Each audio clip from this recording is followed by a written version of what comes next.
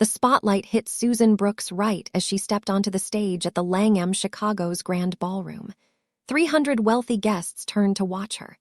Crystal chandeliers hung from the ceiling like frozen waterfalls. Women dripped in diamonds. Men wore suits that cost more than cars. This was the kind of room where fortunes were made and broken over champagne toasts. Susan had performed in plenty of upscale venues before: jazz clubs in Harlem, corporate events in Manhattan, private parties in the Hamptons, but this was different. This was $15,000 for 3 songs, the biggest paycheck of her entire career. Her booking agent had called it the opportunity of a lifetime. A wealthy socialite named Jessica Thornton was celebrating her 28th birthday. Her fiancé was sparing no expense. They wanted a rising vocalist to perform during the cocktail hour. Someone with soul, someone with presence, someone who could make the rich people feel something. Susan was that someone. At least, that was what she told herself as she adjusted the microphone and smiled at the crowd. Then her eyes found a face in the crowd, and everything stopped.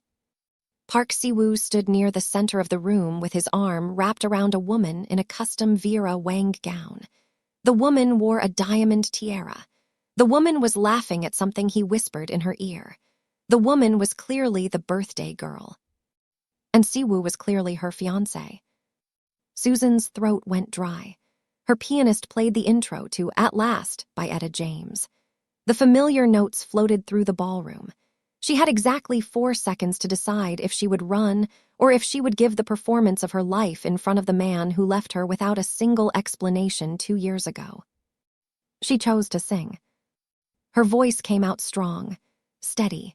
She had spent years training herself to perform through pain, through exhaustion, through heartbreak. This was just another performance, just another room full of strangers who would never know the tornado spinning inside her chest. But Siwoo knew, she could see it in his eyes. The moment he recognized her, his entire body went rigid. His jaw tightened. His hand froze on Jessica's waist. For 1 second, something flashed across his face. Pain, regret, fear. Then his mask returned. Cold, unreadable, dangerous. Jessica noticed him staring at the stage. She leaned into him with a perfect smile. "Isn't she amazing, babe? My event planner found her. Apparently she's blowing up on social media." Siwoo said nothing. His eyes stayed locked on Susan. Susan kept singing. She poured every ounce of emotion into the song. If Park Siwoo wanted to pretend he did not know her, she would make that impossible. Every note was a message. Every lyric was an accusation. She had spent 2 years wondering why he vanished.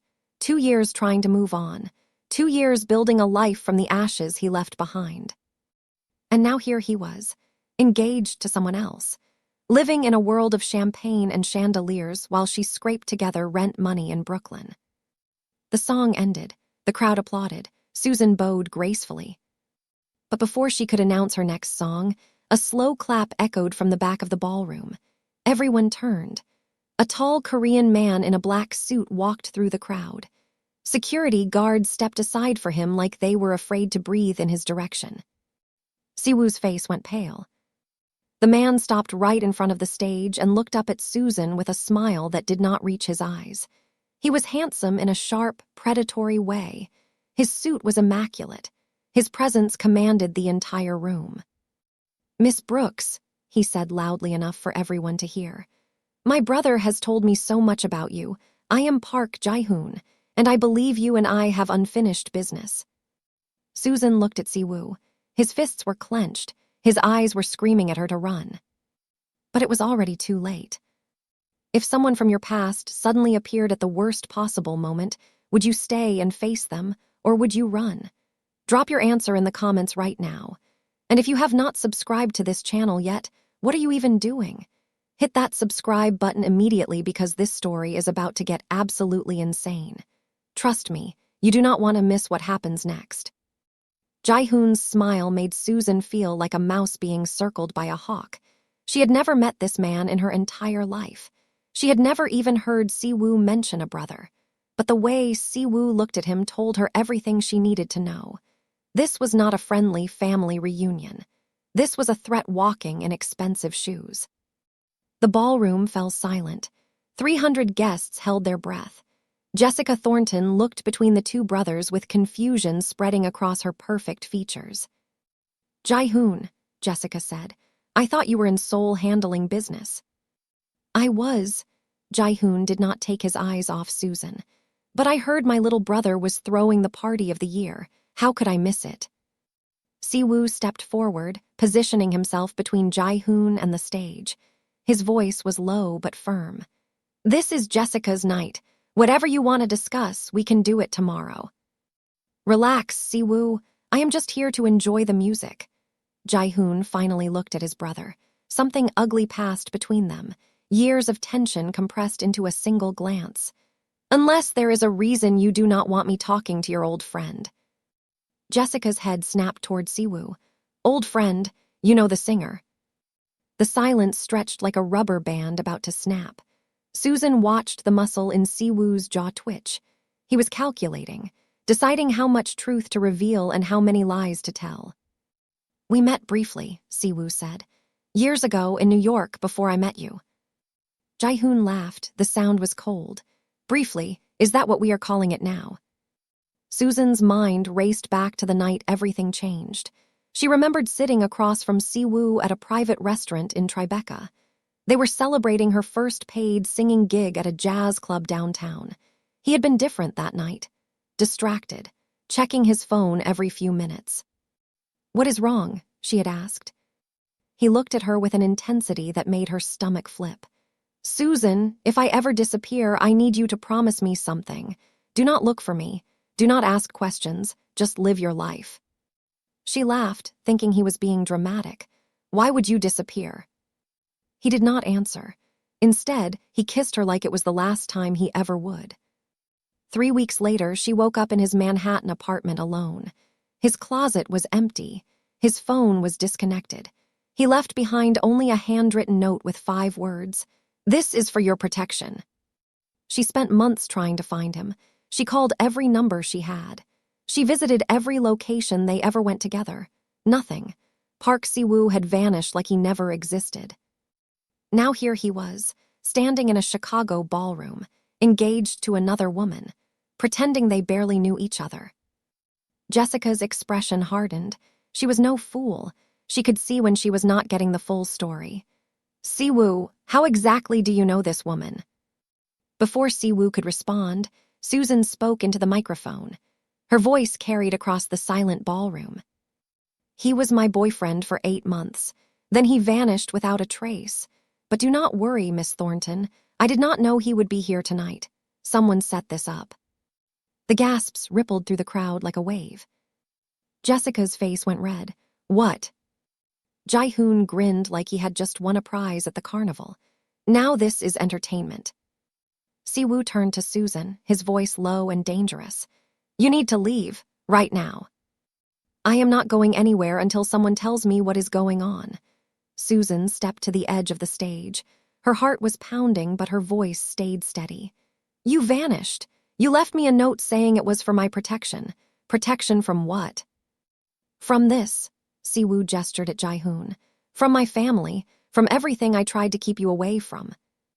Jae-hoon clapped his hands slowly. "Touching, truly, but here is the problem, little brother. You do not get to decide who enters our world. And Miss Brooks," he paused, his eyes glittering with something dark. "She has been in it longer than she knows." Susan's blood ran cold. "What are you talking about?" Jae-hoon reached into his jacket and pulled out a folded photograph. He handed it up to Susan. Her hands trembled as she opened it. It was a photo of her mother, taken outside a grocery store in Atlanta, dated 3 days ago. Susan's heart stopped. "The Park family has been watching your family for years, Miss Brooks." Jae-hoon's voice dropped to a whisper that only she could hear. "Your father owed us a debt before he died, a debt that was never paid, and now that debt falls to you." Susan looked at Siwoo. His face was pure anguish. "You knew," she whispered. He did not deny it. Everything Susan thought she knew about their relationship crumbled into dust. Susan's father died when she was 16 years old. Heart attack. Sudden, unexpected. Her mother never recovered financially. They lost their home in Atlanta within a year. They moved into a cramped apartment on the wrong side of town. Susan worked 2 jobs through high school just to help pay rent. Not once did anyone mention a debt. Not once did anyone say the name Park. The party had dissolved into chaos around her. Guests whispered behind champagne glasses. Some pulled out their phones to record the drama. Jessica stormed off toward the private suites with 3 of her friends following like a support squad. Siwoo tried to follow her, but Jae-hoon blocked his path. "Let her go," Jae-hoon said. "You have bigger problems right now." Susan climbed down from the stage. Her legs felt unsteady. Her mind kept replaying the photograph of her mother. The casual clothes she was wearing, the shopping cart she was pushing, the complete ignorance on her face that someone was watching her. "If you hurt my mother," Susan said, her voice shaking with rage, "I swear to God." "No one is hurting anyone." Jae-hoon held up his hands. "As long as you cooperate." Siwoo grabbed his brother's arm. "This ends now. She has nothing to do with Father's old dealings." "Father's old dealings built everything we have, including the money that pays for your precious fiancée's diamonds." Jae-hoon yanked his arm free. "You forget who you are, Siwoo. You play the legitimate businessman, the investor, the philanthropist. But our fortune was built on sacrifice, and sacrifices do not expire just because you want them to." Susan stepped between them. "Someone needs to explain what is happening, right now, in plain English." Jae-hoon smiled. It was not a kind smile. "Your father, Marcus Brooks Sr., was a jazz musician who toured internationally in the 1990s. He spent 2 years performing in Seoul. What you never knew was that your father got involved with the Park family during that time. He borrowed money to fund a record label that failed. He promised to pay it back. He never did." Susan shook her head. "My father was a musician. He played clubs and festivals. He did not have business dealings with Korean families." "He did not tell you everything." Jae-hoon's voice was cold. "When Marcus died, the Parks did not pursue the debt. We waited, we watched, we saw you grow up, we saw your talent develop." He glanced at Siwoo. "And we saw your relationship with my brother begin." Susan turned to Siwoo. "You knew who I was, this whole time." Siwoo's face was torn. "Not at first. I walked into that Manhattan restaurant looking for somewhere quiet to think. I heard you singing during open mic night. I was captivated. It was not until 3 months into our relationship that Jae-hoon told me the truth. And you did not think to mention it. I tried to end things. I tried to protect you. That is why I left." "By disappearing," Susan's voice cracked. "By leaving me with nothing but a note. Do you have any idea what that did to me? If I stayed, Jae-hoon would have used you to control me. I needed you to hate me. I needed you to forget me. It was the only way to keep you safe." Susan laughed bitterly. "Well, congratulations. That plan worked out perfectly." A security guard approached Jae-hoon and whispered something in his ear. Jae-hoon's expression shifted. For the first time since he arrived, he looked concerned. "We need to move," Jae-hoon said. "Now." "What is happening?" Siwoo asked. "Someone else is here, someone who is not on the guest list." Jae-hoon's voice dropped.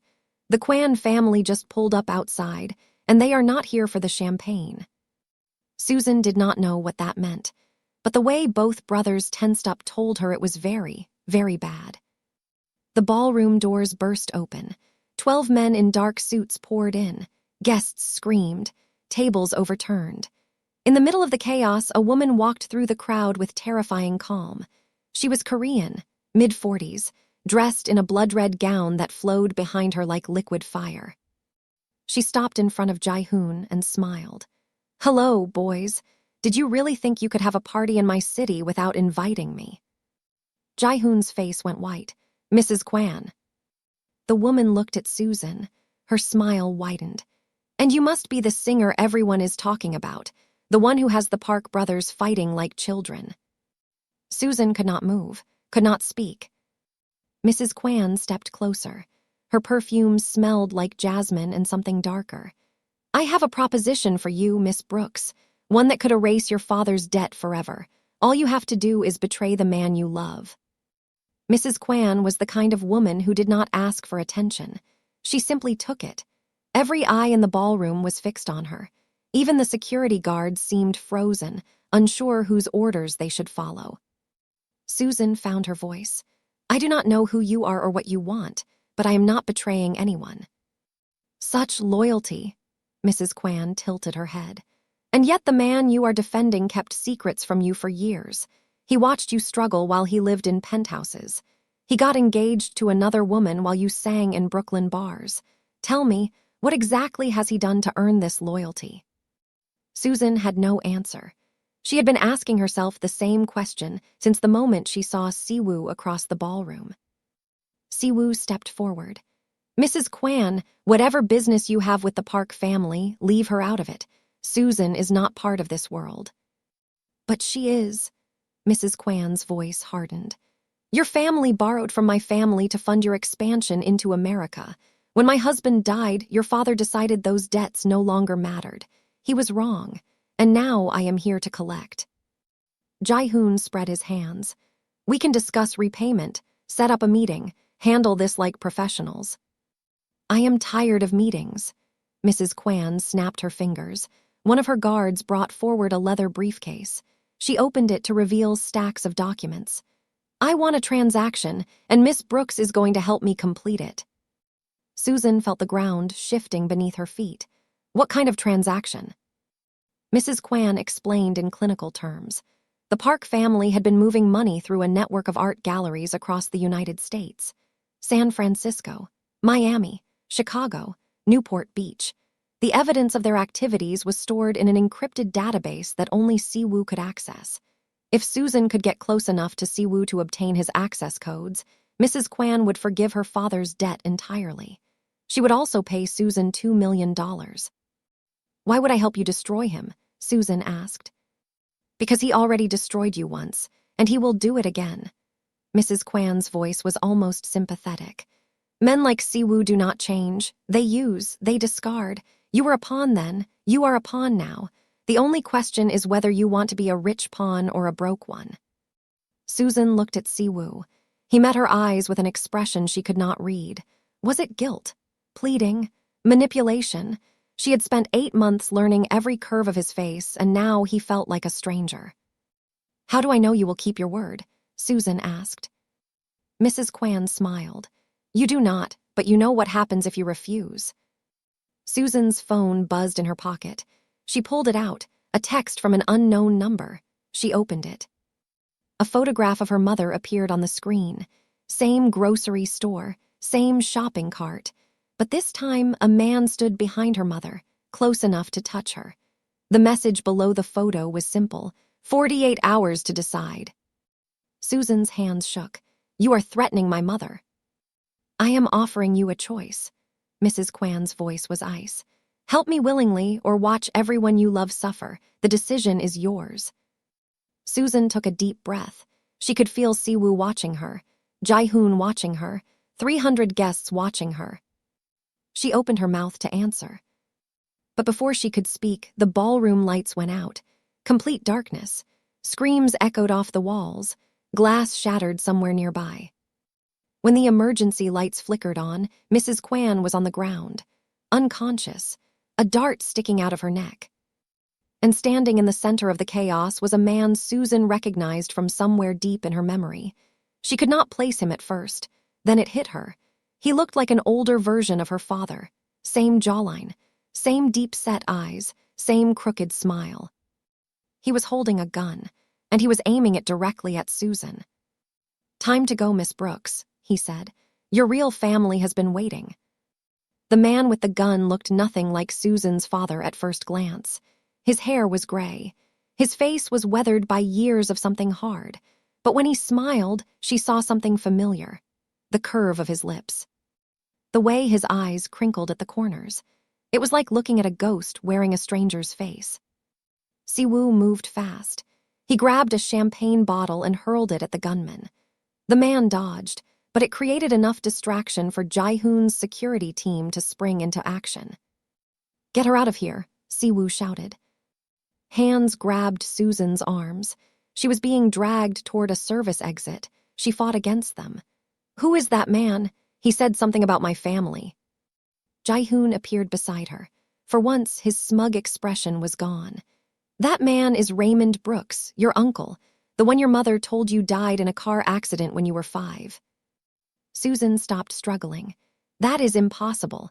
My mother showed me the funeral photos." "Your family has more secrets than ours, Miss Brooks." Jae-hoon pushed her through the service door. "Your father did not just borrow money. He stole from the Kwan family. When they came to collect, he faked his death, moved your mother to Atlanta, changed your identities. He spent years hiding you from people exactly like Mrs. Kwan." "My father died of a heart attack. I was at the hospital." "He had a heart attack because Raymond found him. The stress of being discovered killed him before Raymond could." They burst through the service exit into a loading dock. A black SUV was waiting with its engine running. Jae-hoon pushed Susan inside. Siwoo slid in after her. 2 guards took the front seats. "Go," Jae-hoon slammed the door. "I will handle things here." The SUV peeled out of the loading dock into the Chicago night. Susan's heart pounded so hard she could hear it in her ears. Her mind raced through everything she thought she knew about her family. "My uncle is alive," she said. "My father faked his death. This cannot be real." Siwoo grabbed her shoulders. His grip was firm but gentle. "Susan, look at me. I know this is overwhelming, but right now we need to focus on surviving. Raymond has spent years hunting your family. He blames your father for ruining his life. He blames you for existing. He will not stop until he gets what he wants." "What does he want?" "Your father stole something valuable before he disappeared. Raymond believes you know where it is hidden." "I do not know anything about any of this." "Raymond does not care. You are the only living heir to your father's secrets. That makes you the target." The SUV pulled into an underground parking garage beneath a luxury high-rise in the Gold Coast neighborhood. Siwoo led Susan to a private elevator. They ascended 40 floors in silence. His penthouse was massive. Floor-to-ceiling windows overlooked Lake Michigan. The city sparkled below like a field of electric diamonds. Modern furniture filled the space. Art hung on the walls that probably cost more than Susan would earn in a decade. But Susan did not care about the view. She needed answers. "Tell me everything," she said. "From the beginning, no more lies." Siwoo poured himself a drink. His hands were shaking slightly. "Your father and Raymond were partners. They ran an operation in the 90s. Antiquities, art, high-value items that moved between Seoul and New York. The Kwan family was their main client. My father was a thief. He was a survivor. He did what he had to do. But then he got greedy. He skimmed money from a major transaction. When the Kwans found out, they wanted blood. Your father framed Raymond to take the fall. Raymond went to prison in South Korea for 8 years. When he got out, your father was already gone. But Raymond's hatred never faded. It just transferred to the next generation." Susan sank onto the couch. Her entire identity felt like a lie. The loving father she remembered, the struggling musician, the man who taught her to sing and told her bedtime stories. He was a thief, a fraud, a man who destroyed his own brother. "Why did you get involved with me?" Susan whispered. "If you knew all of this, why did you pursue me?" Siwoo knelt in front of her. "Because I fell in love with you before I knew who you were. And when I found out, I was already in too deep. I tried to walk away. I tried to protect you by disappearing. But I never stopped watching. I never stopped caring." "You were engaged to someone else." "Jessica was an arrangement, business. Our families have investments together. I never loved her." Susan's phone buzzed. Unknown number. She answered on instinct. Raymond's voice crackled through the speaker. "Hello, niece. I hope my brother's old boyfriend is treating you well. Enjoy your night. Because tomorrow I am going to take everything he cares about, starting with you." The line went dead. Susan looked at Siwoo. For the first time, she saw real fear in his eyes. Morning light filled the penthouse. Susan had not slept. She spent the entire night staring at the ceiling, replaying every memory of her father. The bedtime stories, the birthday songs, the way he called her his little songbird. All of it felt tainted now. Like discovering your favorite photograph was actually staged by strangers. Siwoo entered the living room with coffee. He looked like he had not slept either. Dark circles under his eyes, tension in his shoulders. My people have been tracking Raymond's movements, he said. He has a compound outside Scottsdale, Arizona, high security, private airstrip. He has been planning this for years. Planning what exactly? To dismantle everyone connected to your father's betrayal. The Parks were on that list because we knew about the operation and did nothing to stop it. Your mother is on that list because she helped your father disappear. And you are on that list because you represent everything your father built after he escaped. Susan processed this. My mother, is she safe? I have a team in Atlanta watching her. But Raymond is smart. He knows we would protect her, which means he is going to hit us where we are not looking. The elevator doors opened. Jessica Thornton stepped out. She was flanked by 2 lawyers in matching gray suits. Her expression was pure ice. I want answers, Jessica said. Real ones, not the garbage you fed me at my party. Siwoo sighed. Jessica, this is not a good time.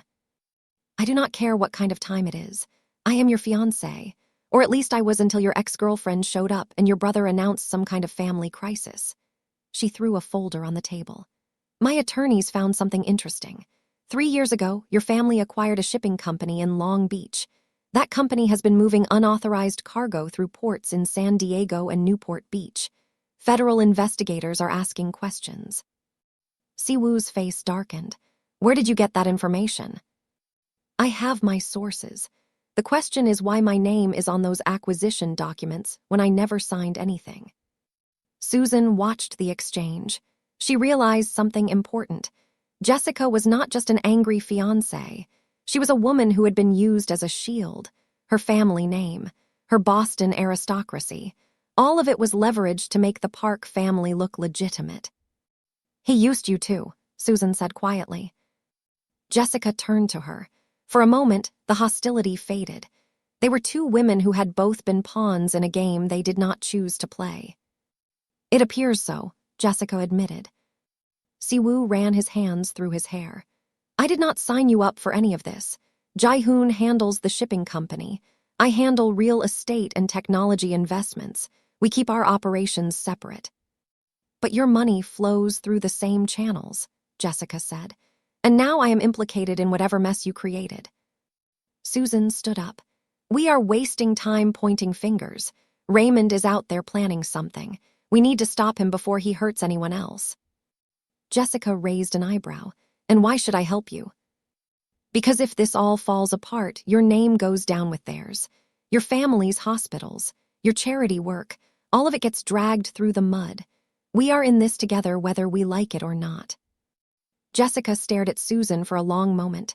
Then she nodded slowly. Fine, what is the plan? Siwoo's phone rang. He answered. His face went white. What? Susan asked. He put the phone on speaker. Jae-hoon's voice came through, strained and panicked. Raymond's men hit the Chicago gallery 20 minutes ago. They took everything, all the records, all the financial documents. A pause. And they took someone else too. Who? Siwoo demanded. The line crackled. Then Jae-hoon's voice broke. Susan's mother. She was visiting the gallery. She was supposed to be in Atlanta, but she flew in this morning to find Susan. Raymond has her, and he is demanding a trade. Susan's world stopped. Her mother, the only family she had left, in the hands of a man who had spent years plotting revenge. What does he want? Susan whispered. Jae-hoon answered, You. He wants you delivered to his compound within 48 hours. Or he says he will send your mother back piece by piece. 48 hours. That was all the time Susan had to save her mother's life. 48 hours to figure out how to walk into a trap and somehow walk back out alive. She had sung in dive bars where fights broke out mid-song. She had performed at weddings where the bride cried through every number. She had survived poverty and heartbreak and abandonment. But this was different. This was war. Siwoo immediately started making calls. He reached out to contacts in Phoenix, Scottsdale, and Sedona. He pulled in favors from people Susan had never heard of. Private security firms, former military contractors, people who dealt in problems that never made the news. "We are not sending you in there alone," Siwoo said. "Raymond wants a trade, but he has no intention of letting either of you leave alive." "Then what do we do?" "We give him what he wants, but we control the exchange. We pick the location. We set the terms, and we have our people in position before he knows what hit him." Jessica had been on her phone for the past hour coordinating resources. She finally looked up. "My family has connections in Arizona, old money, political donors. My cousin runs a private aviation company out of Sedona. He owes me a favor. We can fly in undetected and land on a strip Raymond does not control." Susan was surprised by the help. "Why are you doing this for me?" Jessica's expression softened slightly. "Because Raymond's people forged my signature on those documents. If he succeeds in destroying the Park family, I become collateral damage. This is not about loyalty to you. It is about survival." They spent the next 12 hours coordinating. Jae-hoon flew in from Chicago with additional security personnel. Siwoo mapped out Raymond's compound using satellite imagery. Jessica arranged transportation and medical backup. Susan felt useless. She was not a fighter. She was not a strategist. She was a singer who got caught in a nightmare she did not create. Siwoo noticed her frustration. He pulled her aside into a quiet corner of the penthouse. "You are the most important piece of this," he said. "Raymond wants you. He is obsessed with making you pay for your father's sins. That obsession is his weakness. He will be so focused on having you in his grasp that he will not see the trap closing around him." "So I am bait." "You are leverage, just like you were always meant to be, except this time you get to choose how the story ends." That night, Susan sat on the penthouse balcony overlooking Lake Michigan. The city sparkled below. Millions of lives moving forward. Millions of stories unfolding. Somewhere out there, her mother was terrified, alone, wondering if her daughter would come for her. Siwoo joined her on the balcony. They sat in silence for a long time. "I never stopped loving you," he finally said. "Every day for the past 2 years, I thought about calling. I thought about explaining. But I convinced myself that staying away was the only way to keep you safe." "And look how that turned out," Susan said bitterly. "I was wrong. I see that now. I thought I could control everything, manage every outcome. But some things cannot be controlled. Some people cannot be protected by distance. I should have told you the truth from the beginning." Susan turned to face him. "If we survive this, what happens?" "Whatever you want to happen. I am done making decisions for you. This is your life, your choice." Susan's phone buzzed. A text from an unknown number. She opened it. It was a video, her mother tied to a chair, a man's voice counting down in the background. 40 hours left, Susan. I hope you are on your way. Your mother has been telling me stories about you. How you always dreamed of being a star. How you never gave up no matter how hard life got. It would be such a tragedy if that beautiful voice was silenced before you reached your full potential." The video ended with a close-up of her mother's terrified face. Susan gripped the phone so hard her knuckles turned white. She looked at Siwoo. "We leave tonight," she said. "No more waiting." The Arizona desert stretched endlessly in every direction. Red rock formations rose from the sand like ancient monuments. The sky blazed orange and pink as the sun set behind the mountains. Under different circumstances, Susan might have found it beautiful. Tonight, it felt like the entrance to a grave. Their team landed on a private airstrip 15 miles from Raymond's compound. Jessica's cousin came through with 2 helicopters, a team of 12 trained operatives, medical supplies, and communications equipment. Siwoo briefed everyone on the plan. Susan would approach the compound alone and make initial contact. Raymond would be so focused on her arrival that he would not notice the team moving into position.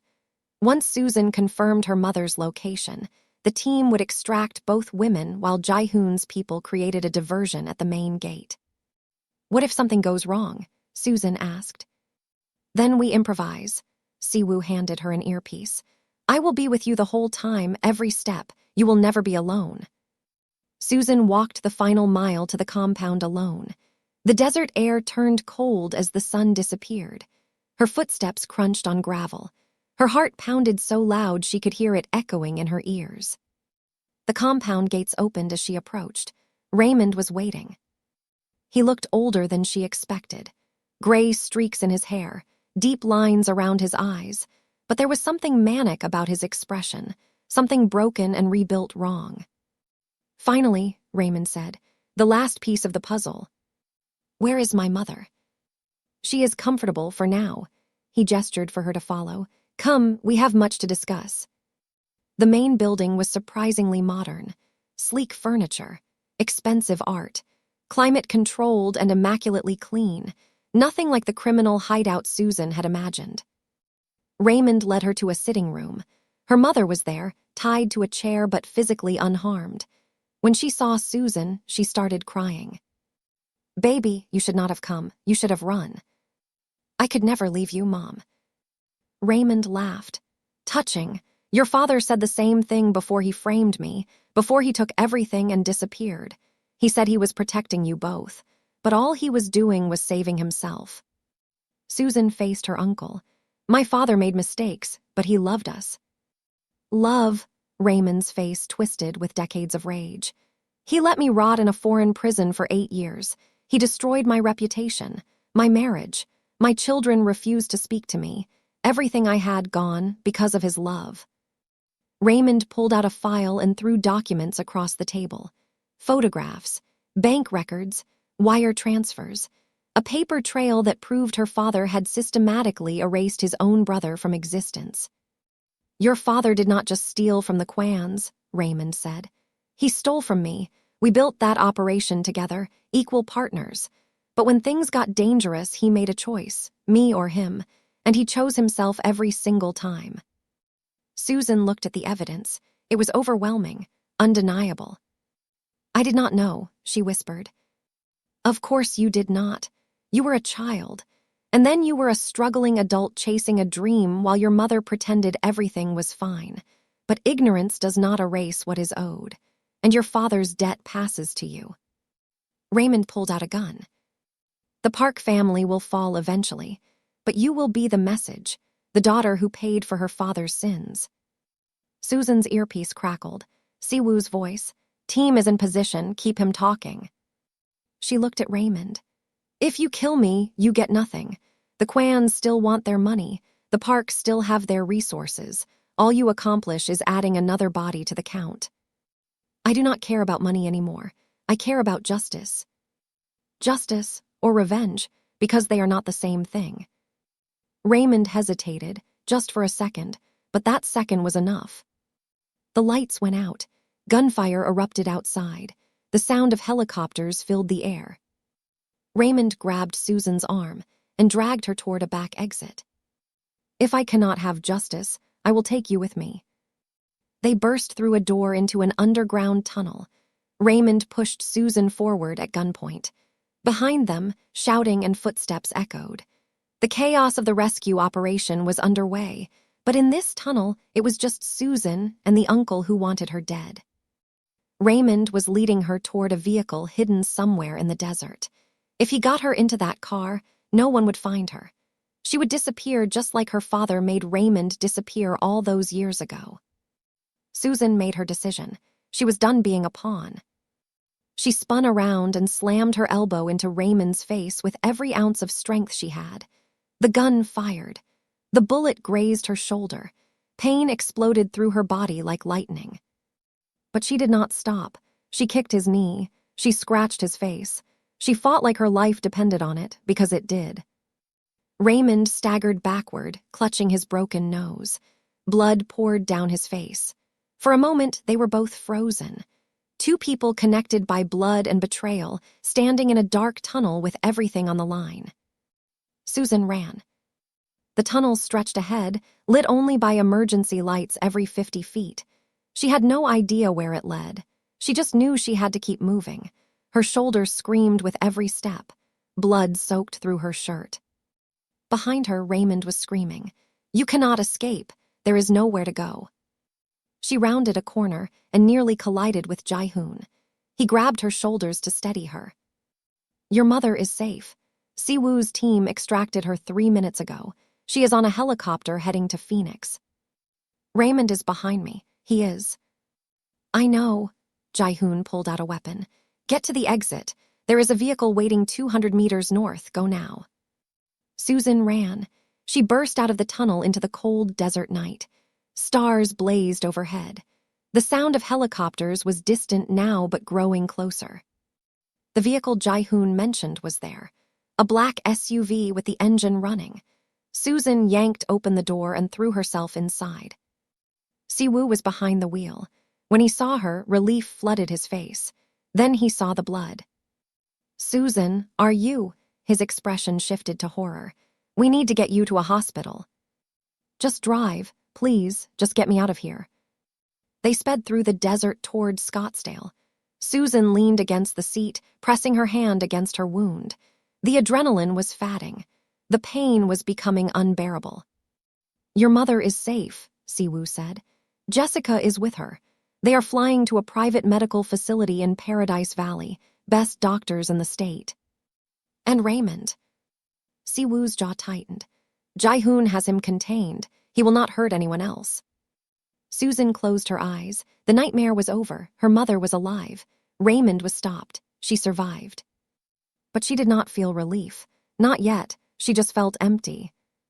Hours later, Susan woke up in a hospital bed. Her shoulder was bandaged professionally. An IV dripped into her arm. The room was private and expensive-looking. Her mother was sitting beside her, holding her hand. When she saw Susan's eyes open, she started crying again. Baby, thank God you are okay. Susan squeezed her mother's hand. I am so sorry. I did not know about any of this. Dad's secrets, Raymond, everything. You were never supposed to know. Her mother's voice cracked with years of hidden pain. Your father wanted to protect you. He made terrible choices, but he loved you more than anything in this world. He destroyed his own brother. I know, and he spent every day after regretting it, but he could not undo what was done. All he could do was try to give you a better life. Siwoo entered the room. He looked exhausted but relieved. How are you feeling? Like I got shot, because I did. He almost smiled. Fair enough. Susan's mother stood up. I will give you two some privacy. She kissed Susan's forehead and left the room. Siwoo sat on the edge of the bed. Raymond is in federal custody. Jae-hoon turned him over to authorities. The evidence of his operations was enough for serious charges. He will be locked away for a very long time. And the parks, your family business. Siwoo sighed heavily. Jae-hoon and I had a long conversation. We are transitioning everything to legitimate operations. It will take years, but we are done with the old ways. Completely done.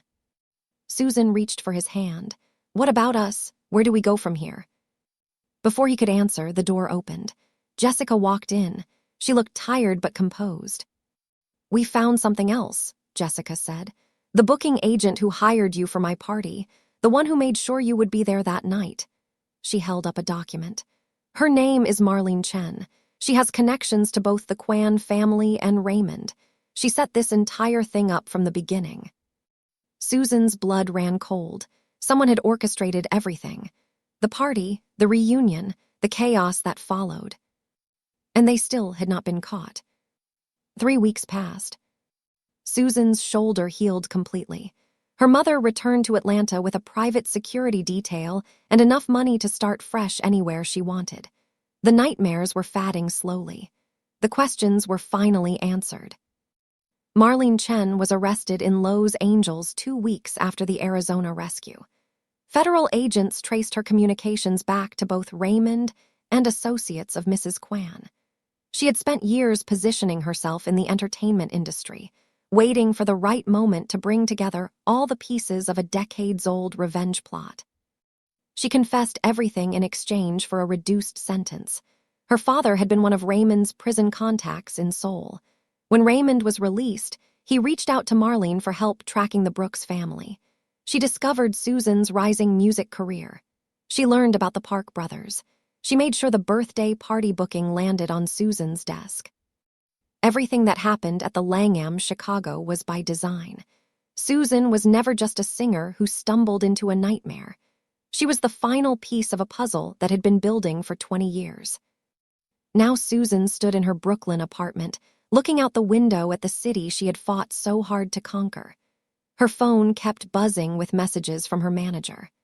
Apparently, the viral attention from that crazy Chicago incident had turned into serious interest from major record labels. Siwoo had been calling every day, sometimes twice. He was still in Chicago, untangling the complicated web his family had created over decades. He kept promising to visit. She kept telling him to take his time. But tonight, she did not have to wait anymore, because tonight he was finally in New York. The buzzer rang. Susan pressed the button to let him up. When Siwoo walked through her door, he looked different. The tension that always seemed to live in his shoulders was gone. He smiled easily. He carried flowers and a small shopping bag. "I brought Thai food," he said. "From that place you used to love on the Upper West Side."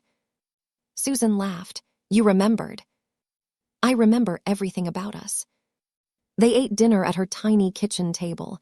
They talked about everything and nothing, the future, the past, the strange journey that brought them back together. "I got an offer from a label," Susan said. "A real one. They want to sign me for 3 albums. "That is incredible. You deserve it." "It would mean a lot of traveling, recording sessions, touring eventually." Siwoo nodded. "I would expect nothing less. You have been chasing this dream your whole life." "What about us? Can this work with everything else going on?" He reached across the table and took her hand. "I spent 2 years running from you because I thought I was protecting you. I was wrong. I do not want to run anymore. I want to build something real, something honest, if you will have me." Susan looked into his eyes. She saw the man who left her, the man who came back, the man who fought beside her when everything fell apart. "No more secrets," she said. "Ever. No more secrets. And I am keeping my career. I did not survive all of this just to become someone's quiet girlfriend in a penthouse." He smiled. "I would never expect you to be quiet about anything." 6 months later, Susan stood backstage at Madison Square Garden. Her first headline concert. 20,000 seats sold out in 48 hours. The crowd was chanting her name so loud the walls vibrated. Her mother was in the front row, crying happy tears. Jaehoon and Jessica sat together, surprisingly civil. They had started a legitimate art authentication business together. Boring work, legal work, a fresh start for both of them. And Siwoo waited in the wings, watching her with pure pride. Susan took a deep breath. She thought about her father, the man who made terrible choices but loved her anyway. She thought about Raymond, the broken man who let revenge consume his entire existence. She thought about every struggle, every setback, every moment she wanted to give up on her dreams. She did not give up. She rose. The stage manager gave her the signal. Susan stepped into the spotlight. 20,000 people screamed her name. And Susan Brooks started to sing. The music flowed through her like electricity. Every note was a triumph. Every lyric was a declaration.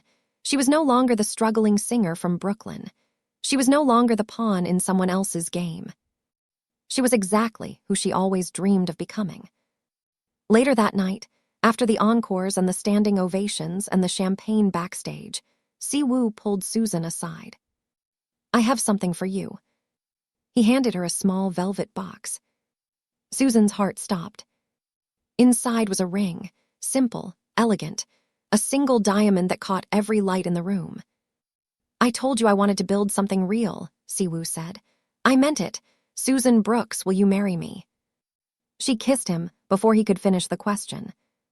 When they finally pulled apart, she was smiling through tears.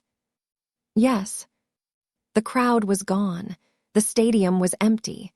But in that moment, Susan felt like she was still standing in a spotlight, not because anyone was watching, but because she finally understood something important. She was never a pawn. She was never leverage. She was never just the daughter of a man who made mistakes. She was always the queen. She just needed to fight long enough to claim her throne. The Park family found redemption. The debts were settled, the secrets were exposed, and love, as messy and complicated as it was, won in the end. Because some stories are about revenge, some stories are about survival, but the best stories are about choosing who you want to become when the world gives you every reason to give up. Susan chose herself. She chose love. She chose to sing. And the world was finally ready to listen.